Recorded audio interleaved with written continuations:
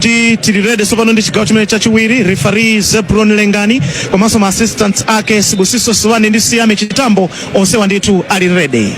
Yes, and away we go in the second half. Wanderers picks up a long goal. If you're joining us now, they're leading by 3-0, and Wanderers now scoring it with the southern goal, defending the northern goal. Wanderers now coming on the right hand side. Gadi Chirwa. Now I can see him clearly. Here he comes now. Gadi Chirwa drives the ball inside, blocked in the process. Moyale trying to pick up a loose ball. Long ball goes inside Moyale's half, inside Wanderers half. Chested down, but the ball goes bouncing into touch. Just for a throw now to Moyale, who are down by 3-0. A brace from Promise Kamwendo, and Isaac Kaliati completes the score tally for Mighty Wanderers. Here comes Cleve Kalombo driving the long ball forward. Sanudi trying to run for the bouncing ball. Bounces on the ones. Wanderers trying to get rid of the ball. Stopped once again by Kalombo. Playing the ball down. Shed number 4 is in possession. Jimmy Viui on the right hand side. Inside Wanderers have still in possession of the ball. Here they come now trying to get a consolation, but picked up once again by Wanderers. Moyale trying to pick up a loose ball. There's nobody to pick up the pieces. Moyale picking up possession on the right hand side. It was actually Jimmy Viui sending the ball down. Viui now receiving a pass again. He's got a ball, driving it on the left-hand side, picked up by Moyale. Moyale have got possession inside Wanderers up. Do they have new ideas? Sisomo Chiwanda on the left. There is nobody for Moyale. The goalkeeper comes to pick up a loose ball, and the goalkeeper is Dalito Kungwa for Wanderers, driving it forward on the left now. Was it Wisdom Pinganjira? Goes back to the goalkeeper, and the goalkeeper now for Wanderers has good possession. Traps a long ball to this side of the field. Gadi Chirwa chesting the ball down, bouncing 2 meters away from the halfway line inside Moyale's half. Taken over. Wanderers now Promise Kamwendo playing it on the far side. They misplace a pass. Kudonto is there to run for the ball, but Moyale picking up possession, and they're coming from the deep. Now this is Innocent Botoman. He's got possession, trying to play it forward, but picked up once again by Moyale. Exchanging of passes, both teams failing to connect more than 3 passes. Picked up once again by Wisdom Pinganjira. Picked the man in the process now, looking for Sama, trying to run for the ball, but the goalkeeper picks it up. He was offside anyway, but the linesman's flag was down. Still 3-0 Wanderers in the lead, and at Chiwembe still 0-0. Here comes the ball, picked up once again, but we are yet to get a result for Silver Strikers, and it goes over the crossbar in unbelievable circumstances. This is the Sama guy that Charles Miranda was talking about. Completely useless. That man should be substituted. He's been given enough chances. It can't continue like this. If you look at the road table as we talk now, there's just on goal difference 2 goals between Bullets and Wanderers. Which means if Wanderers press very hard, they can even wipe out the goal difference today. And courtesy of a person like Sama, they're failing to do that. So why keep him? I don't know why these players, I don't know who buys these players. We have even better stuff in the country other than what we are seeing here. Sama, this is the 3rd time I've seen him do that. A golden opportunity on the silver platter there. That was going to be another goal for Wanderers. And let us wait and see. Wanderers perhaps maybe are comfortable with their lead at this point in time. Charles Yurenda talked about goal aggregate. You may not know what happens. Here comes the ball, picked up on the far side of the field by Wanderers now. Donto playing the ball down. Wanderers are coming from the deep. Looks like Suluimba, but the ball picked up on the far side of the field. Is it Kudonto playing the ball back? And again, they played back to the goalkeeper. It was Emmanuel Miranda. Goalkeeper Kungwa has got possession of the ball, and officially 4 minutes, 50 seconds gone. We are in the second half. Wanderers still leading comfortably by 3-0 against Moyale. The ball comes bouncing inside. Taken over, Promise Kamwendo handball. But the referee says play on. He takes a lenient through. The ball taken over once again by Clever Kalombo. Kalombo in possession for Moyale, playing it back. Looking for 12. Chisomo. Chiwanda all the way. Again, Chisomo receiving the ball. And the throw to Wanderers now. Yes, indeed. They're coming to take that one. Sanudi is also chasing for the same ball, but it looks like Gadi Chirwa is going to take it very quickly. Chirwa just to Singiri, to Sanudi. He's now 17 meters inside Moyare's half. Kudonto plays the ball back. Kudonto, I think, has done very well in ball distribution. He has done very well. Here comes now Promise Kamwendo sending the ball back, and again chipped into the front direction now. Wanderers trying to pick up a loose ball. Sama has got possession of the ball. Wanderers are as well as playing 10 men because Sama is completely not useful at all. The ball picked up once again. So you can't see it because they are leading. Here comes a long ball. Kadishira transferring the weight of attack on the left. Offside. Yes, indeed, clear offside. But I know Wanderers supporters want more. Wisdom Pingajira was cleared offside, but the ball picked up there by Sanudi, heading the ball down. On the far side, they leave it for the goalkeeper, and the goalkeeper tries to pick up the ball. He also nearly made a carbon copy of a mistake that was made by a Moyale goalkeeper, who kicked thin air instead of clearing the ball. And officially, 5 minutes gone on ZBS Zodiac Broadcasting Station. Still Wanderers leading by 3-0. So napano tubana kutautenga mpira Wanderers kutapita mchikao cha Moyale kutango mututsa mnyamata wa Moyale Promise Kamwendo kutapatsire kumasana patsire bwino opezabe mpira paja tubana kutamenye cross pakati hapo. Timu ikupambana kwa mazina zola kuiga ndikuziona kumbali ya Wanderers ikutsogola koma kupasira kupena kukhanga kuvutika nako Kudonto pamenepo yellow card. Any tackle from behind is a yellow card. Kudonto alandira yellow card pakadali pano. Wanderers, I don't even pa bench pa they are all dead.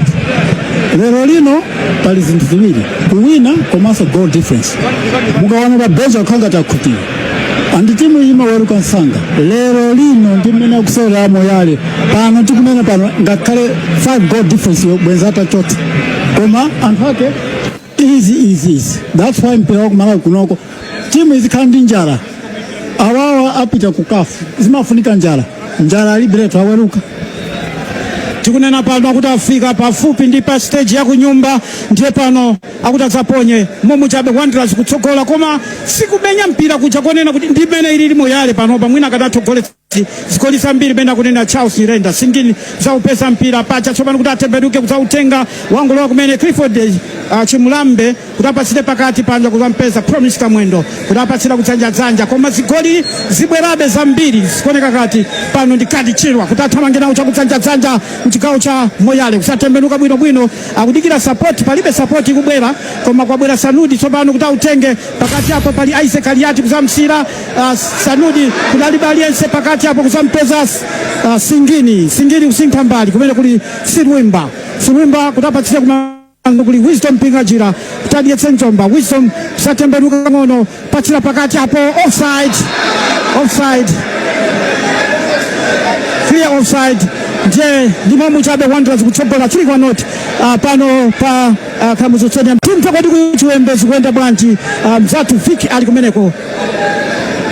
Okay, chigawo chachiwiri changwemba kumene pano pa mpira stadium township ya Chiwembe komano tikozonena kuti masewero ayamba mofanana nako kwambiri ndimene anayambira mwina chigawo choyamba chabe kuti pakadali pano coach wa Nyasa Big Bullets Peter Mponda wa Sinthako osewera awiri amene walowesa mwesa zigoli Ephraim Kondowe komanso Hassan Kajoke amene alandirana ndi Maxwell Podo komanso Dominic Mushonda kuti mwina athe kuona kuti mphamvu zawo zikhale zotani kuti mwina nkupeza mwina kapena mwayi wopeza kumene ngati chigoli kapenanso mwina kuonjezera mphamvu kwa ndikonesa kuti ndikuya mchigawo choyamba mphamvu zoti mwina kumaoneka bwinobwino za njala bwinobwino mmene mwina timayiziwira mwina ngati Bullets mmene tulusira moto ikangodusa mwina ngati center line kuti kupita chigawo cha adani ndi umene ukusowekera mwina ngati msiku lalero kuti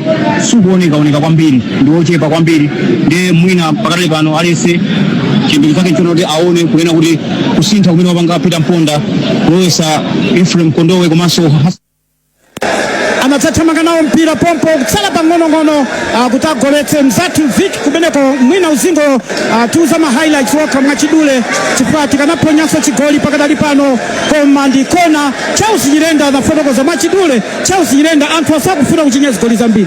No, it's very disappointing. In fact, my supporter lero lino kwa ine ndikanakhala kumbali ya Wanderers to say panel goal difference has 5 ndi Bullets lero akanakokera koma zikuchitika apa ndi zoti wawo kanaka paja kusamenya ndi mutu mpira kutsabwerera kuti aupezeso kusamenya bullet koma anali mnyamata kudonto paja tsopano anali man of the match pamasera Sabatata ndi Sivo pano tsopano kuti autenge mpira uyo ndi Sanudi sangoponya mpira utali zathamanga konko aise kaliati kuti aupeza mpira kusanjanja kusatuluka akhangana nayo Wisdom mpira jira kusatuluka kuti ukhale oponya ni manja wa Mighty Wanderers ndiye anali kaliati yemwe uja ndiye pano tsopano mpira uja utenge amoyale mchigawo chawo Wanderers ikanatha kugoletsa zigoli zambiri pano tsopano akuti Sulumba achite warm up kuti alowe komanso number 20 wa Wanderers akufuna ndithu asinthe mnyamata wa ku Cameroon uyu Sama Thierry Tanjong ndamene ndithu akutuluka ndiye pano goal aggregate ndiye kuti kusiyana pang'ono ndi Nyasa Big Bullets imene ili kuchiwembe kusiyana kuti 2 goals ali kuchiwembe pakadali pano tikumvabe kuti zili not kwa not ndiye akuti aponye masera kangothera momwemo anthu akunena kuti basi ndiye kutsangomenya pacha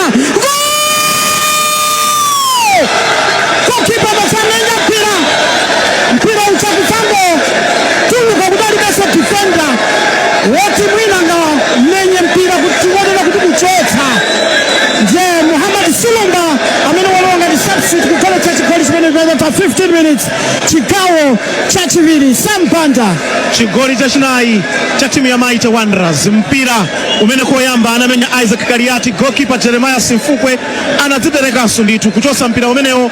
Defender wina chakumbuyoko amafuna kuti auchotse mwatsoka, wakhala ngati kuti wakammenyesa Sulumba mpira wamphamvu, goalkeeper Dosa uona mpira ndithu kupita mu ukonde. ndiye tichite confirm chigoli chimenecho Sampanda chimenecho ndi cha Muhammad Sulumba ndamene ndithu wagoletsa chigoli chimenechocho. Ndiye kuti Mighty Wanderers 4 Moyare Barracks 0 ngati kuchiwembe sikutuluka chigoli mpira kuthera 0-0. Ndiye kuti basi Wanderers itakuyambira kupanga celebrate pompano kuti ndakatswira ligi chaka chimene cha 2025.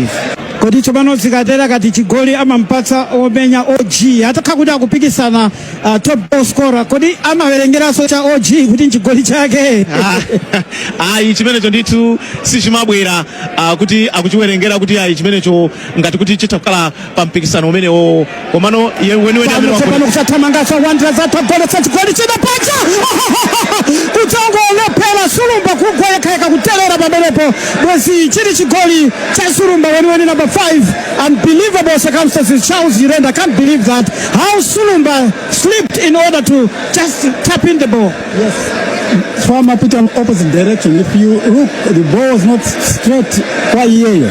So Pokuma ndimpira paja, tunanga tukuika Pokama and he slipped and he missed a chance. The keeper was gone. Munafusa fuso pena utkodi mfakazi chinyeka ena ama zinyoka kawiri mgemi mozi. FIFA amakana akuti muntu akasinyeka asapindule pa zimene wapanga zimene sindi nzopanda pake mawaga makarabe asapindule pa zomwe wapanga zimene nzopanda pake. Nje pano tsopano kuti abwere mpinga njira Getsa Njomba utembenuka bwinobwino zamenya cross pakati pali Singeli kutamenya koma mpira kutsangopitisa pambali fomu chabe 4 not Wanderers kutsogola on goal wadzigoletsa yekha Chisomo Chiwanda goal number 4 ya Wanderers. Goli ziwiri wagoletsa ndi Promise Kamwendo za Wanderers. Chachitatu ndi Isaac Kaliati. Pano tsopano kuti utenge 20 Clever Kalombo wa Moyale kupatsira pompo kuli Chisomo cha Wanda amene wazichinya koma kuti sakanachitira mwina fa mpira umene umachokera ku golo wangokhanga tiwadzamenyapo ndiye mpira uchakutsautenga kuti apite kutsogolo. Getsa Njomba bwinobwino kusapatsira pompo Clifford Chimlambe zapatsira pakati apo number 6 wawo kuti apite kutsogolo Charles Ngoma koma pacha zapatsirana Amoyale mchigawo cha Wanderers.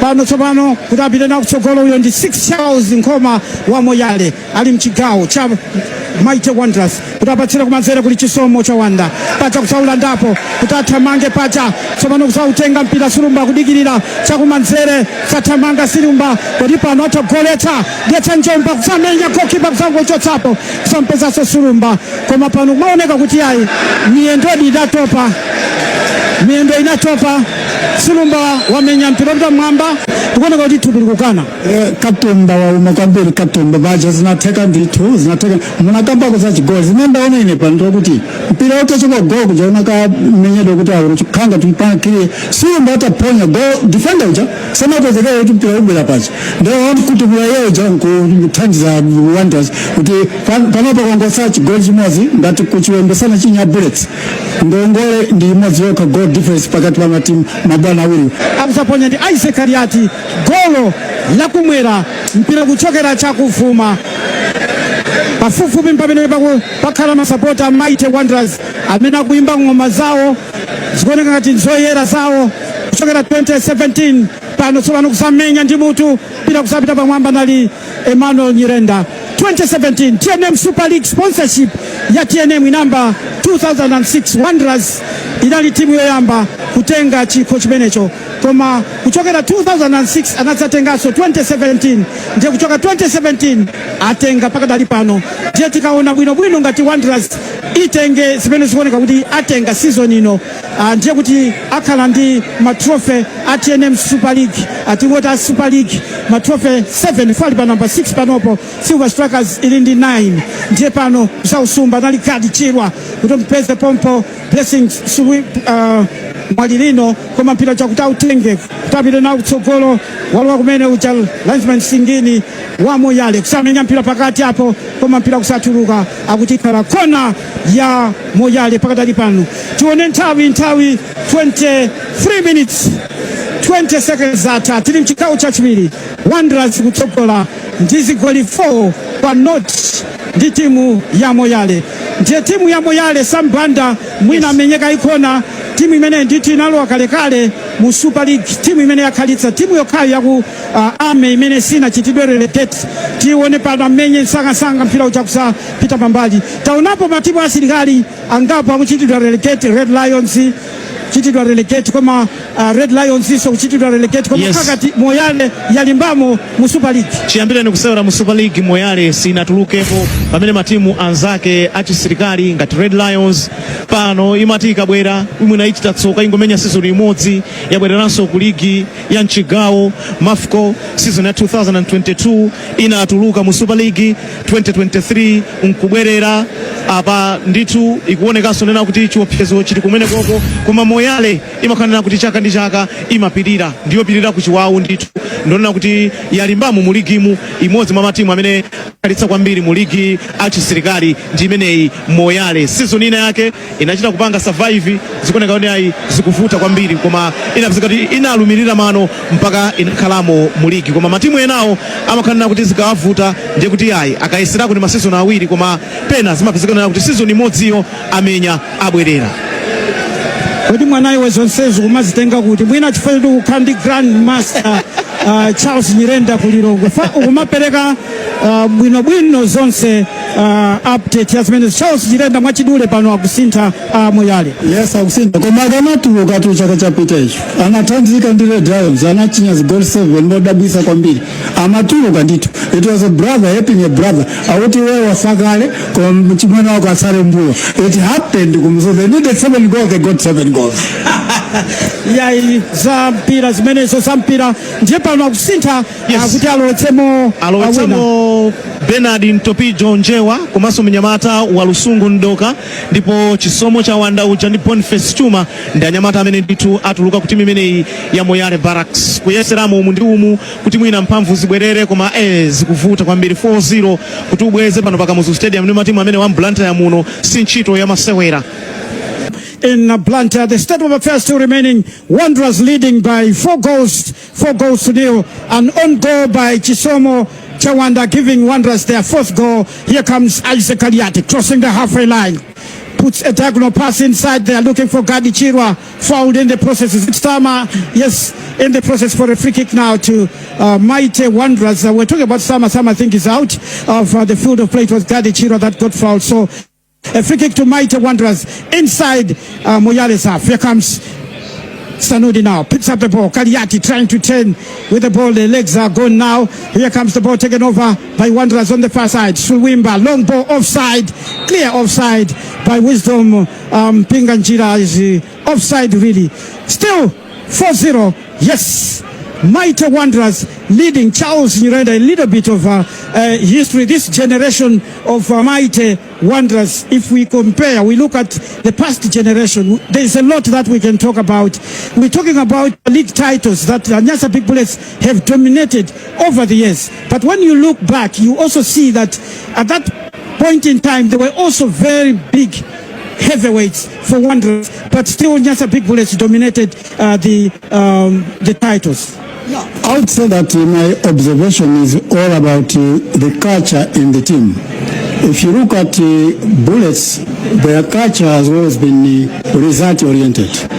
Get a win all the time. But Wanderers has been a bit of touch, flowery stuff, sometimes losing focus.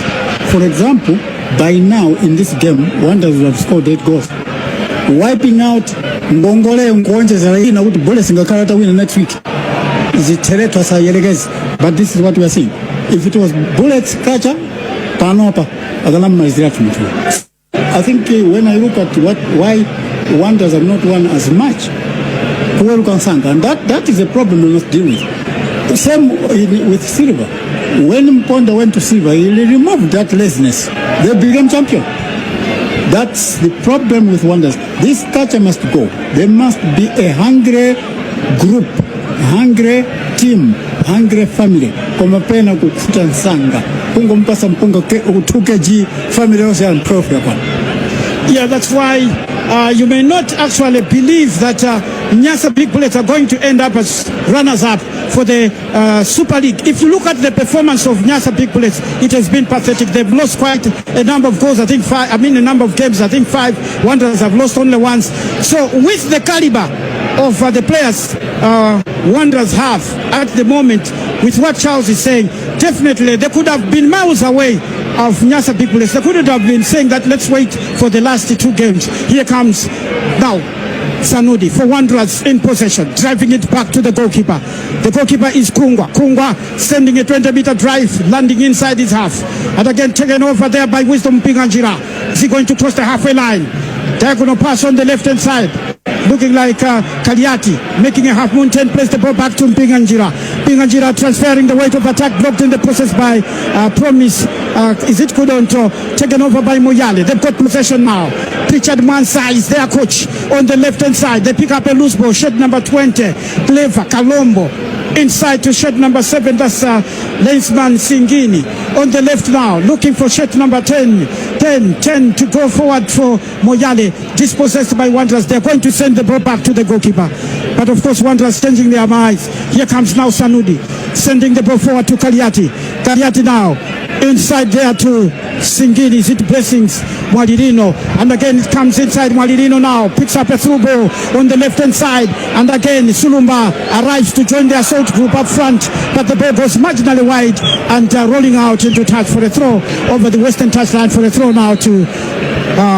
they pick up the ball. Clifford Chimulambe playing it back to the goalkeeper, and the goalkeeper, yes, for Moyale, pushing the ball forward on the right-hand side of the field. Still down by 4 goals to 0. Long ball goes inside. An interception by Silwimba. Just takes the ball bouncing into touch for the throw now to Moyale. Moyale have got possession on the far side of the field. They've got possession now, 7 meters away from the halfway line. Still inside Wanderers half. They race with the ball.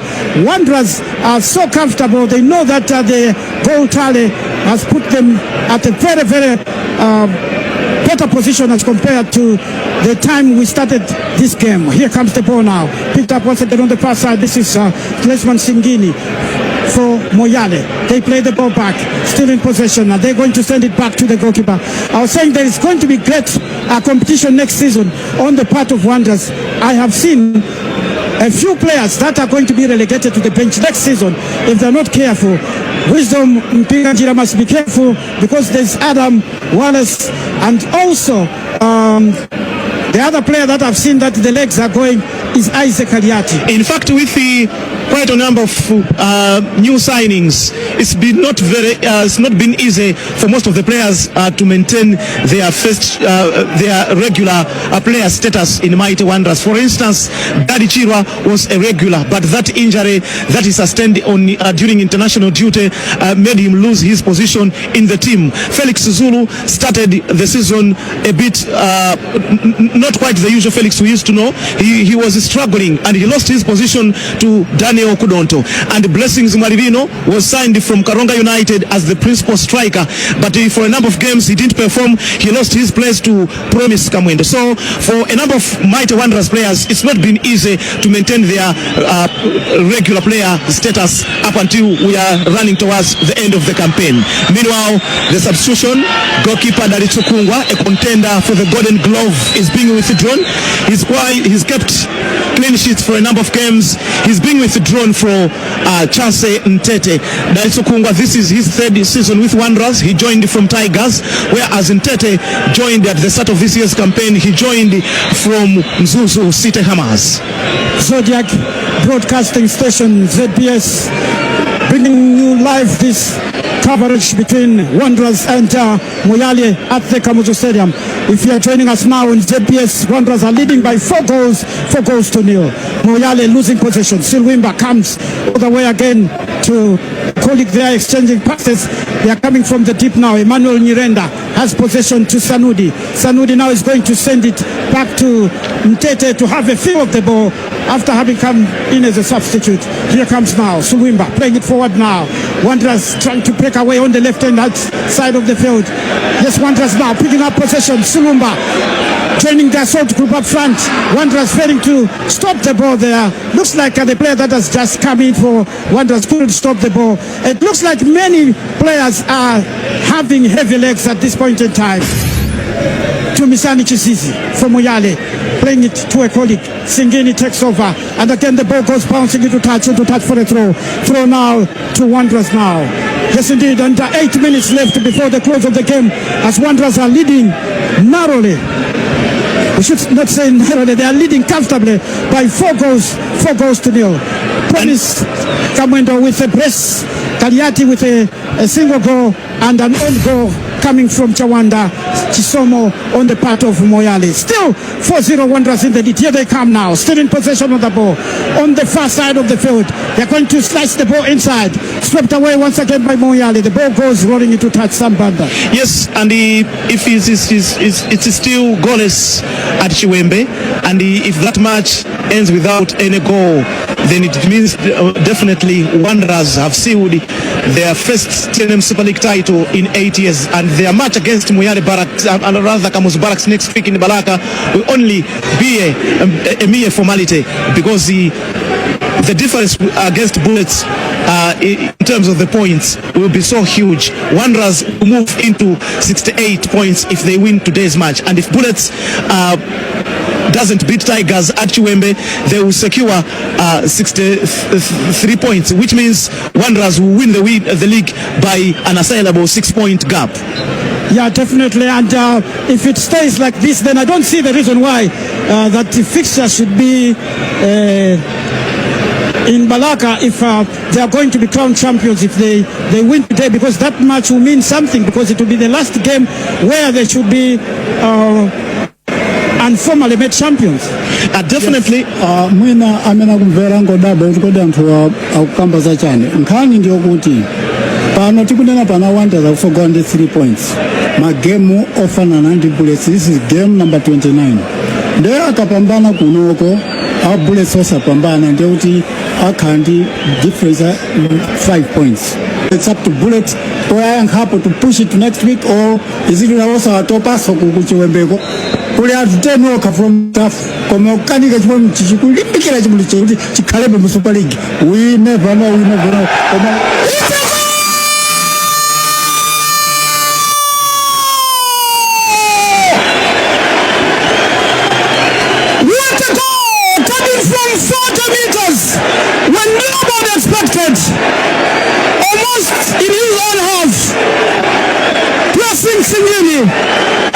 Chipping that ball, the goalkeeper ran out of goal.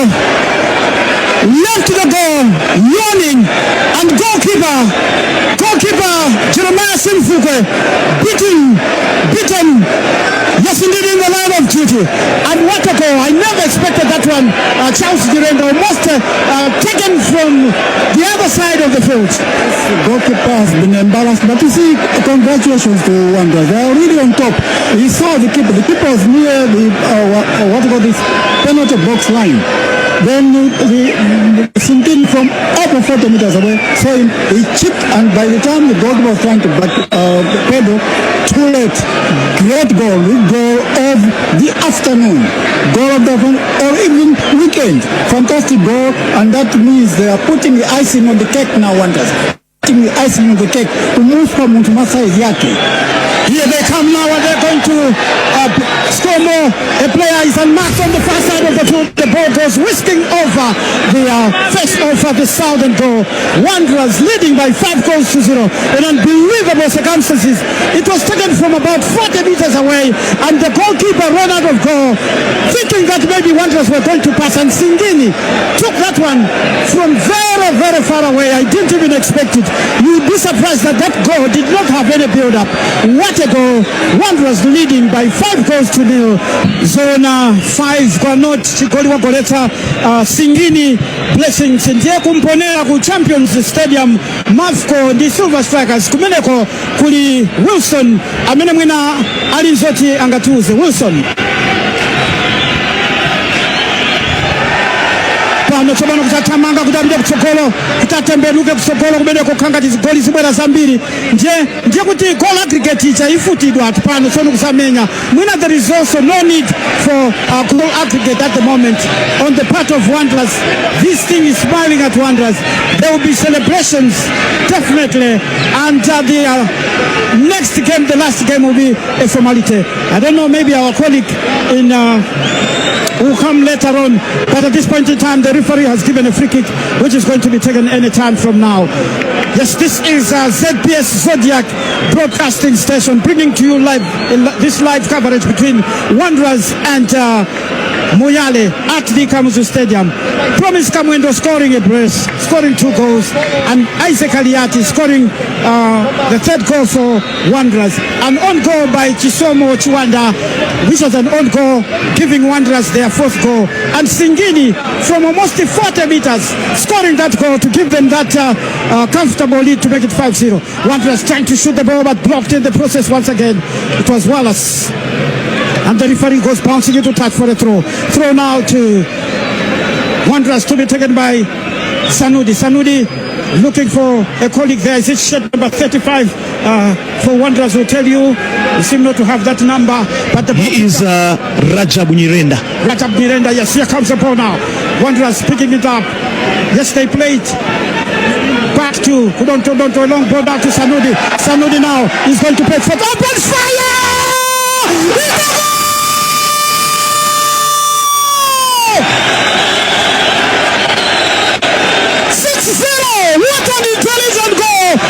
From the right hand side, and the tap in there, yes indeed by Mohamed Sulumba, Charles Yirenda. Moyale defense being torn apart like pieces of meat. We always talk about the cross behind the defense. There were 3 people with insurance. Somebody missed, but there was insurance. Then reinsurance. So Sulumba was on the blind side. He connected, but honestly speaking, by that time Moyale were already dead and buried. So now when you go to goal difference, Wanderers have got 1 goal ahead of Bullets. So even if next week they choose to lose, as of now they are leading by 6 points on the road table. Oh come on, what is this now? Wanderers, I think, are champions in the waiting. They're saying Wanderers now, and leading by 6 goals to 0. against Moyale, who have been torn apart like pieces of meat at the Kamuzu Stadium in Blantyre. And of course, perhaps that was the last nail on the coffin, because we are 45 minutes gone, plus injury time and maybe added time at this point in time. Yes, in fact, the fourth official, Gift Chico, has already indicated that we are into the final 3 optional time that has been given. 3 optional minutes after 90 of regulation has elapsed. Wanderers comfortably leading 6-0 with no goals yet at Chiwembe. Definitely the title has been sealed here at the Kamuzu Stadium. If it ends without any goal at Chiwembe, definitely Mighty Wanderers going to write history, winning the TNM Super League title for the first time in 8 years. Their last title came in 2017. Their last match they beat Master Security in Balaka, but today they will be celebrating here at Kamuzu Stadium, winning the TNM Super League title. Here they go now, breaking on the right hand side of the field, looks like Blessings Malilino, and the shot, the goalkeeper parries it away, it goes away for a corner to Mighty Wanderers, who are breathing fire at this point in time, leading by 6 goals to 0, but they still want more. Yes, that's what it is. When a lion tastes blood, they want more. They want more. Yes, Wanderers want more. Here they come now to take that one in unbelievable circumstances. People were talking about goal aggregate, and Nyasa Big Bullets definitely have already given up. Here comes the ball now. Is it Wallace shooting the ball? It goes over the bar. 2 minutes into injury time. Yes, indeed, into added time. Moyala coming on the left-hand side of the field. You're going to tell us more about Moyale. That what does it mean to them? Here comes the ball now, taken over. Moyale now has got possession of the ball on the far side of the field, and they play it back to the goalkeeper. Goalkeeper sending it inside. Wanderers trying to win possession of the ball. Taken over by Moyale. They've got possession of the ball. Perhaps maybe this is one of the worst defeats in the TNM Super League, but I think Nyasa Big Bullets beat a team from the northern region.